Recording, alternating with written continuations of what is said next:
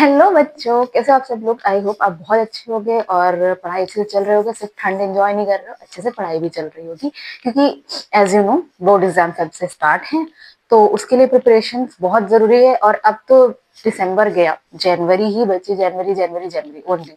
तो अब तो मतलब सिलेबस तो आपने पूरा 100% कवर कर लिया होगा, अब तो रिविजन कर रहे होगे, है ना। चलो, और अगर अभी भी कोई प्रॉब्लम है, रिविजन भी कर रहे हो तो देखो, सबसे ज्यादा जरूरी है कंसिस्टेंसी। आप स्लोली कर रहे हो बट कंसिस्टेंट हो तो आप कर ले जाओगे। बट इतना स्लो भी मत करना कि जब तक सिलेबस ही नहीं हो।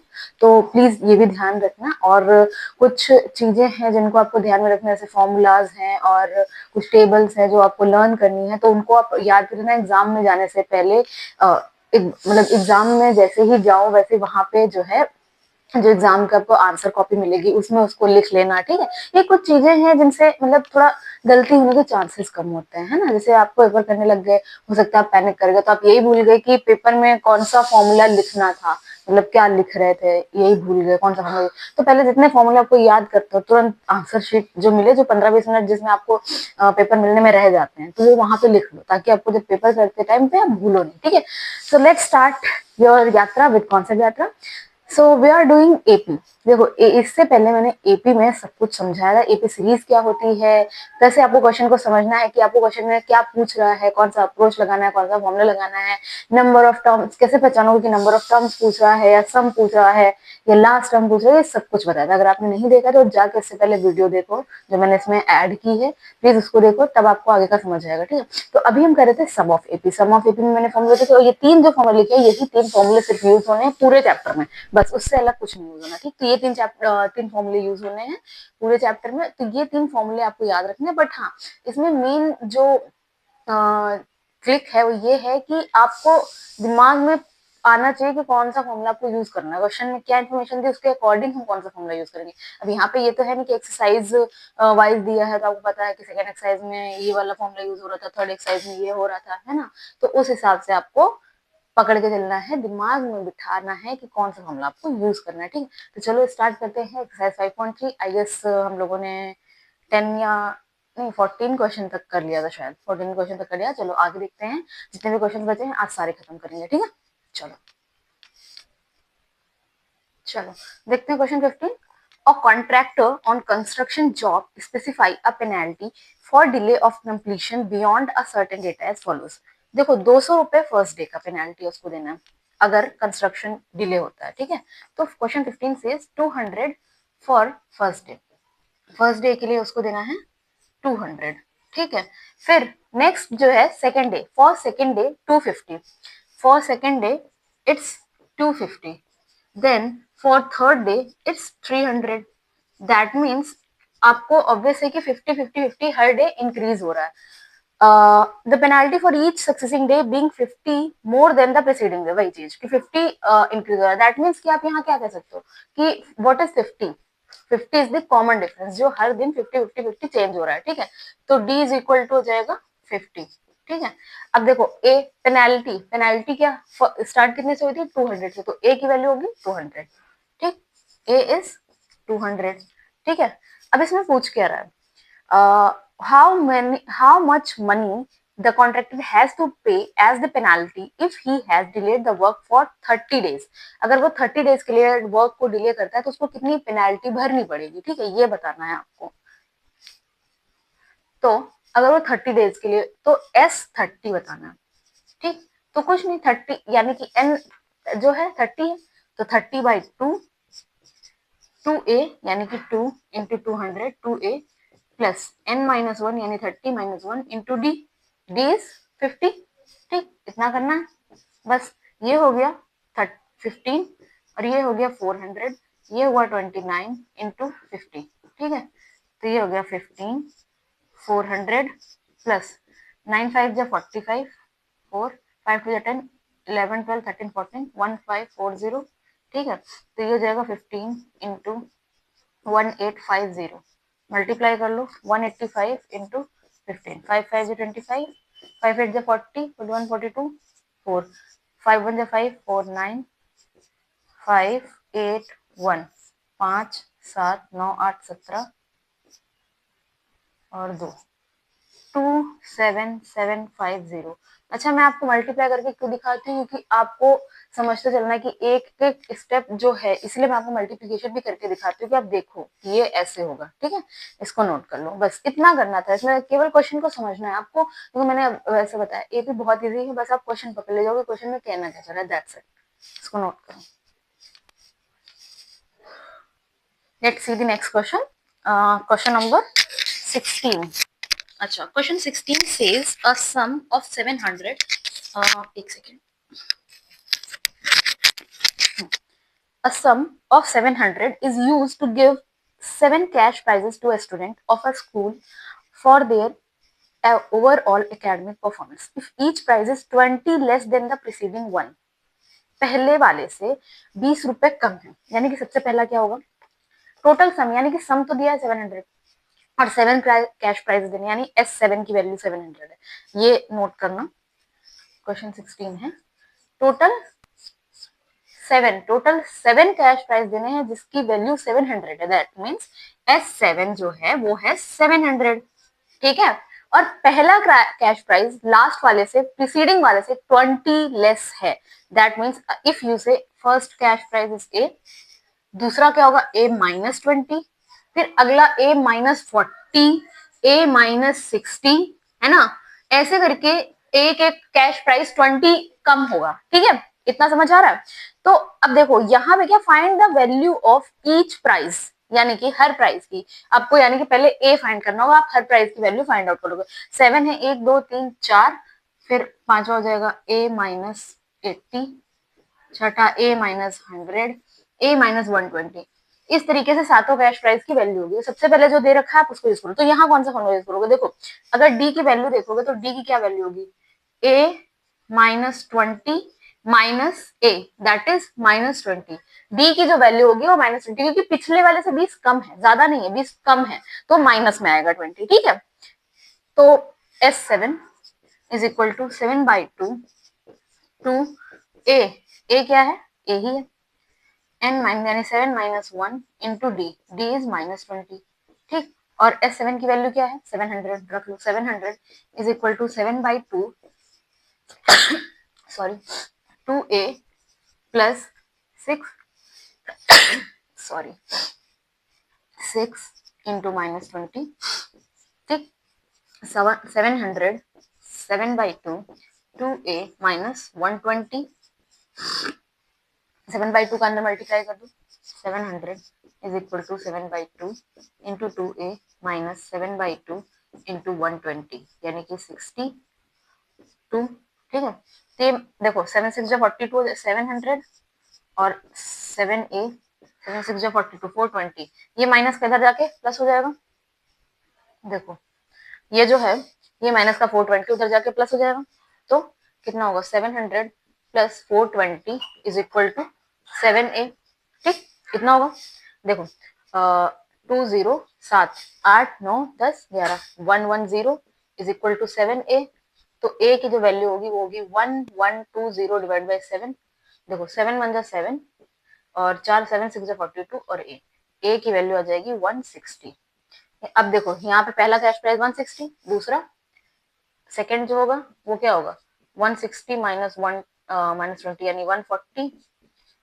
अब 20 20 कम करते जाओ, 120, फोर्थ होगा 100, फिफ्थ होगा, फिफ्थ में भी 100 कम करो, 80 सॉरी 20 कम करो, फिफ्थ और सिक्स्थ होगा आपका 60 और सेवेंथ होगा 40।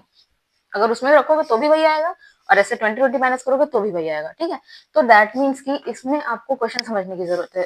पिछले वाले से 20 कम, तो माइनस माइनस माइनस 20 कर गए, 7 कैश प्राइस देने, यानी इनकी वैल्यू 7, टोटल का सम 700 है, यानी कि S7 की वैल्यू 700 है। रख लिया पूरे इक्वेशन में, ए नहीं पता था, ए हमने वैसे के वैसे छोड़ दिया, ए की वैल्यू निकल है, 7 कैश प्राइस की भी वैल्यू निकल है। ठीक, इसको नोट करो।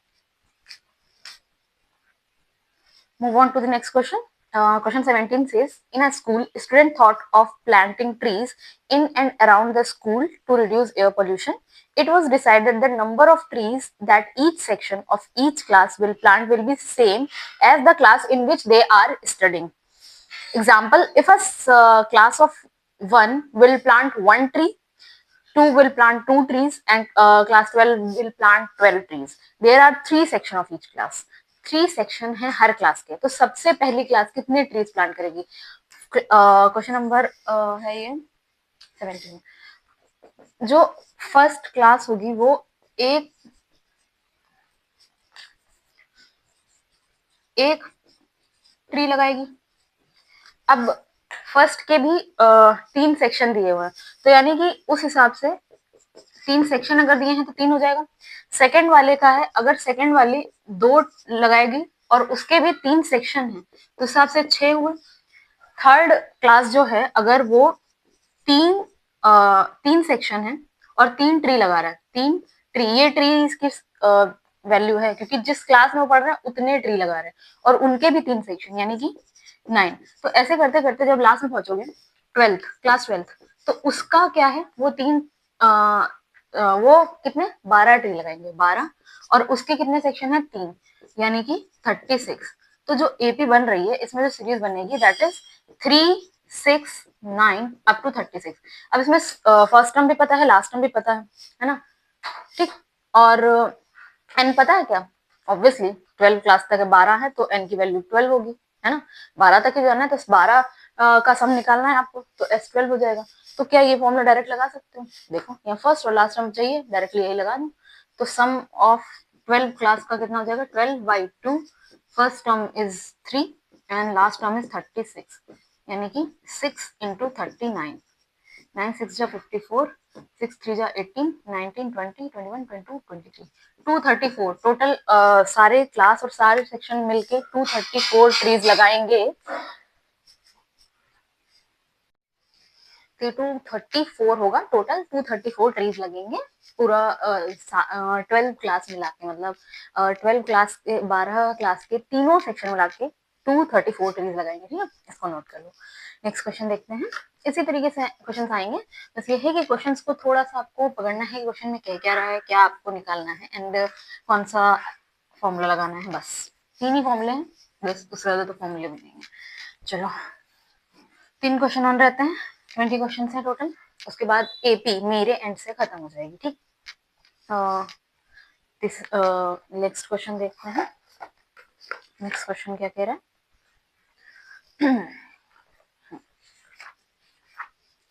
नेक्स्ट क्वेश्चन सेज, देखो, a spiral is made up of successive semicircle with a center alternatively at A and B, starting with center A, radii 0.5 1 1.5, मतलब स्टार्ट कर रहा है तो 0.5 1 1.5 2 ऐसे करके हैं, ठीक।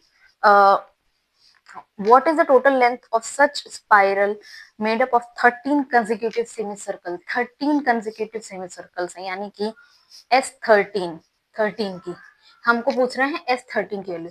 एक बात बताओ, टोटल स्पाइरल की लेंथ कितनी होगी, और वो 13 है।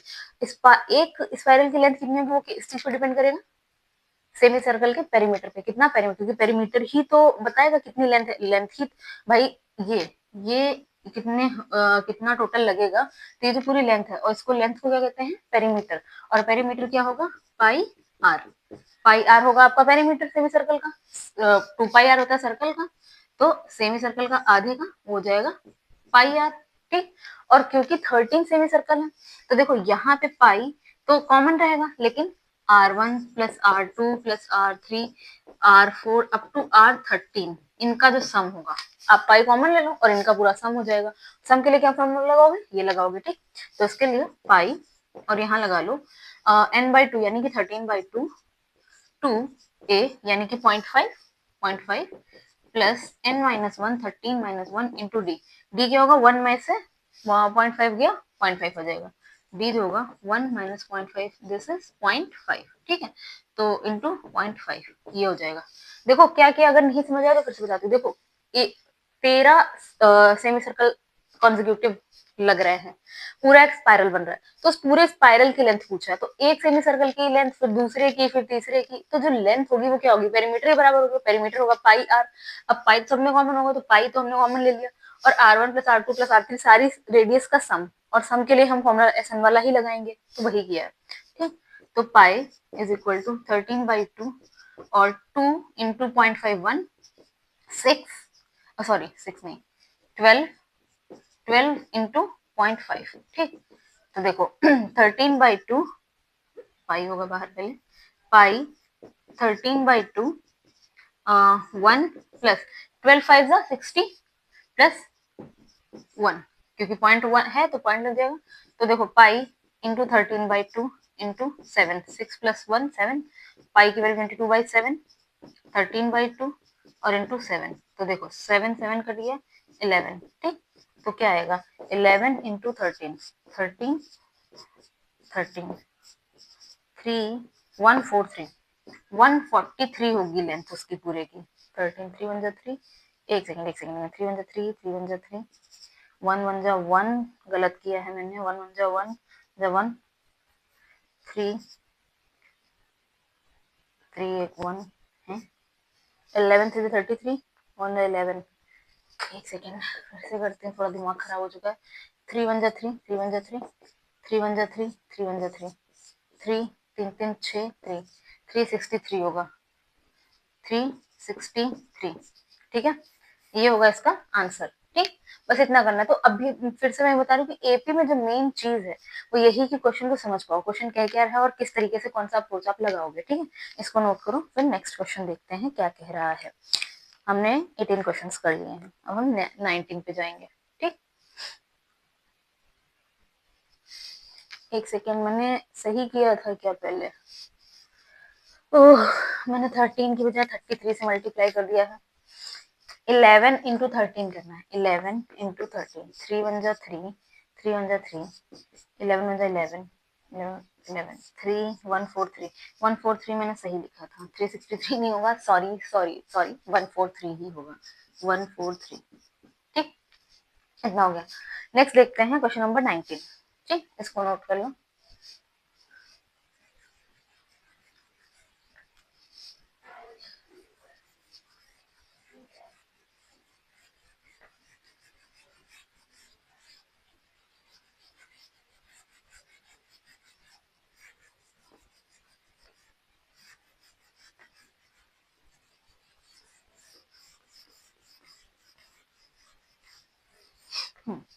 Question 19 says 200 logs are stacked in the following manner: 20 log in the bottom row, 19 in the next, 18 in the next to it, ऐसे ऐसे करके, पहले 20 है, फिर 19 है, फिर 18 है। ठीक है, in how many rows are the 200 logs placed and how many logs are in the top row?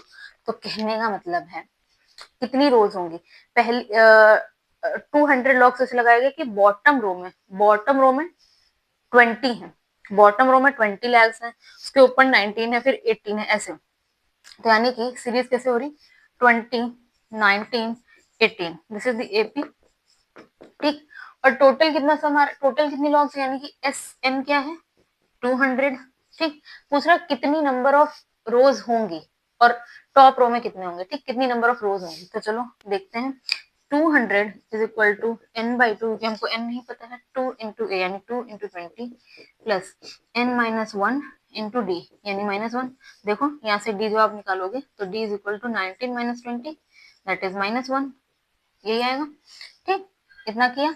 देखो 200 is equal to n/2 is equal to 20 और -1 माइनस n और माइनस माइनस प्लस प्लस 1। ठीक, ये 200 इधर मल्टीप्लाई कर दो, 400 is equal to 20n, 21 हो जाएगा एक्चुअल में, 20 प्लस 1 21 हो जाएगा। ठीक है, तो जाएगा 21n। देखो ये 2 इधर मल्टीप्लाई कर दिया पहले, फिर n का मल्टीप्लाई इसमें किया, तो ये 20 प्लस 1 21 माइनस n स्क्वायर, तो इसको इधर ले आओ, n square -21n plus 400 is equal to 0। ठीक, इतना करना। देखो ए था 20, सॉरी नॉट 10, ये ए था 20, तो ये हो जाएगा 40, तो ये होगा 41। ठीक है, 41। देखो ए था 20, तो 2 इंटू 20 40, और n-1 और -1 का मल्टीप्लाई करोगे तो -n और माइनस माइनस प्लस हो जाएगा, तो 40 + 1 41 और n का मल्टीप्लाई किया 41n - n², ये इधर आएगा ये। ठीक, अब 400 का हमको क्या करना है, देखना है एलसीएम। 200, 100, 250, 225, 5 5 जा 25। ठीक, अब देखो, अब आपको किसी भी तरीके से इसको 41 का वो बनाना है। ठीक है, तो देखो 5 5 जो 25 और 25 और 2 50, 50 और -8, तो वो तो जाएगा 42, नहीं सही होगा, है ना। ये कितना होगा, 2 2 जो 4 2 जो 8 2 16, 16 प्लस 25 कितना हुआ, 6 5 11 और ये 2 3 4 65 और 21 25। ठीक, तो n² - 65n - 25n + 400। ठीक, यहाँ से n कॉमन लो तो n - 16। ठीक, यहाँ से 25 कॉमन लो, n - 16, तो n की वैल्यू या तो 25 होगी या 16 होगी, है ना। पर एक बात बताओ, इसमें स्टार्ट ही जो है किससे किया गया था, 200 लॉग है और कितना 20 log in the bottom, 20 bottom में ही थे, तो यानी कि n की वैल्यू जो होगी वो होगी 16 और 16 वाला सबसे ऊपर वाला होगा, है ना, 16 होगी, n की वैल्यू जो है वो होगी 16, यानी कि टोटल 16 लॉग्स होंगे, सॉरी लॉग नहीं रोज होंगे, 16 जो होंगे आपके रोज होंगे, और 16 में कितने जो है आपको होंगे, तो 16 ए 16 की जो वैल्यू भी लास्ट वाला वही तो होगा, मतलब सबसे ऊपर 16 होगा, तो उसमें क्या हो जाएगा ए प्लस 15 डी। ये भी तो पूछ रखा है ना कि how many logs are in the top row, तो टॉप रो में कितना होगा, तो ए की वैल्यू 20 + 15 इंटू डी की -1, 20 - 15 यानी कि टोटल 5। टॉप लॉग में 5 जो होंगे, टॉप रो में 5 लॉग्स होंगे। ठीक, इतना करना था सिर्फ। ठीक है, समझ आया। सबसे पहले आपको दिया था कि 20 नीचे 20 है, देखो लिखा हो ना 20 log in the bottom row, 20 है फिर 19 है फिर 18 है, इस तरीके से दिया था, तो कितनी रोज होंगी फिर आपको निकाला था। सम टोटल 100, टोटल 200 लॉग दिया था, टोटल 200 लॉग दिया हुआ था, तो हमने सम लिख दिया टोटल 200। हमने सीरीज बनाई, वहां से डी की वैल्यू निकाली, एन हमको नहीं पता था, हमने एज इट इज रखा, ए की वैल्यू 20 हमने रख दी 20 और डी की वैल्यू -1, तो ये 2 इधर मल्टीप्लाई होगा। ठीक है, तो ये 40 + 1 41 और n × 41n - n², इसको हम इधर लाए, हमने इसको फैक्टराइज किया, 65 25 का बना। n की वैल्यू 25 भी हो सकती थी और 16 भी हो सकती थी, लेकिन उसमें बताया है कि बॉटम में ही 20 ही है ना, तो यानी कि n की वैल्यू हम 16 लेंगे, और टॉप रो में कितने लॉग्स होंगे, तो 16 होगा, तो a + 15 डी उस हिसाब से उसमें रखेंगे, तो 15 - 1 दैट इज 5, 5 लॉग्स होंगे टॉप रो में। ठीक, इसको नोट कर लो।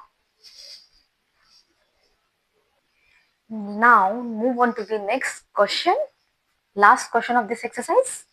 In a potato race, a bucket is placed at the starting point, which is 5 meter from the first potato. ठीक, पहले पोटैटो से 5 मीटर डिस्टेंस पे। ठीक है, एक बकेट है जिसको स्टार्टिंग पॉइंट में रखा गया है, जो बकेट है पहले पोटैटो से 5 मीटर डिस्टेंस पे, पहले पोटैटो से 5 मीटर। ठीक, फिर बोल रहा है the other potato are place 3 meter apart, 5 से 3 मीटर अपार्ट, यानी 5 से 3 मीटर और अपार्ट, यानी 5 + 3। ठीक, उसके बाद other potatoes are place 3 meter apart in a straight line, यानी कि 3 3 का गैप, यानी कि 8 11 हो जाएगा, 3 14 हो जाएगा। ठीक, there are total there are 10 potatoes in the line, 10 है। A competitor has to start from the bucket and picks up the nearest potato and run back with it, drop it in the bucket, run back to pick up the next run to the bucket to drop it, मतलब एक बार उठाता है फिर डालने जाता है, फिर वहां से वहां से वापस आता है, फिर एक उठाता है फिर डालने जाता है। ठीक है, and she continues in the same way until all the potatoes are in the bucket, सारे जब तक ना आ जाए, और 10 पोटैटो है total. What is the total distance the competitor has to run? 10 बार उसको आना जाना पड़ेगा, यानी कि टोटल n की जो वैल्यू होगी, n की जो वैल्यू होगी वो 10 होगी, a की जो वैल्यू है वो 5 है, d की जो वैल्यू है वो क्या है 3, है ना। देखो 8 8 - 5 3, अब मैं वो करके नहीं दिखाती, आप खुद ही यहाँ से देख लोगे, 5 - 3 सॉरी 8 - 5 दैट इज 3।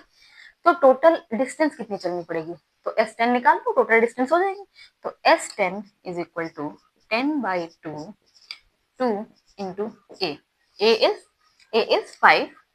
ठीक है, n माइनस वन यानी 10, क्योंकि टोटल 10 पोटैटोज है, इंटू डी यानी कि 3। ठीक है, ये हो गया 5। तो देखो 5, ठीक, ये हुआ 10 और ये 9 इंटू 3, 9 3 जो 27, 5 10 प्लस 27 यानी कि 37, 5 इंटू 37, 7 5 जा 35, 5 3 15, 16 17 18, 185 सेंटीमीटर। सेंटीमीटर में दिया था कि मीटर में दिया था? मीटर में दिया था। 185 मीटर, 185 मीटर डिस्टेंस जो है उसको कवर करनी पड़ेगी। ठीक, लेकिन एक बात और है यहाँ पे, देखो ये जो 185 है ये सिर्फ देखो एक बार वो जा रहा है और फिर एक बार आ रही है, एक बार जा रही है एक बार तो ये तो देखो जैसे यहाँ पे है और कहीं ये यहाँ से डायरेक्ट उठाती यहाँ डालती है, फिर यहाँ से वापस आती फिर उतना, तो इसमें 2 से मल्टीप्लाई भी करेंगे डबल होगा, तो टोटल जो डिस्टेंस हो जाएगी वो हो जाएगी 2 इंटू 185। समझ रहे हो ना? क्यों? क्योंकि उस क्वेश्चन में, इस क्वेश्चन में स्पेशली लाइन दी थी कि a competitor start from the bucket, picks up the potato, run back run back with it, drop it in the bucket, run back to pick up the next potato, run to bucket to drop in it. ठीक, तो यानी जाती हैं उठा के डालती फिर वापस आती फिर जाती, तो दो डबल होगा। ठीक है, तो 5 टू जा 185 इंटू 2, 5 टू जा 10 और 8 टू 16 एक 17, 2 1 जा 2 एक 3, तो हो जाएगा 370 मीटर। समझ आया? तो यहीं पे करके मत छोड़ देना, यहीं पे करके मत छोड़ देना। समझ आया?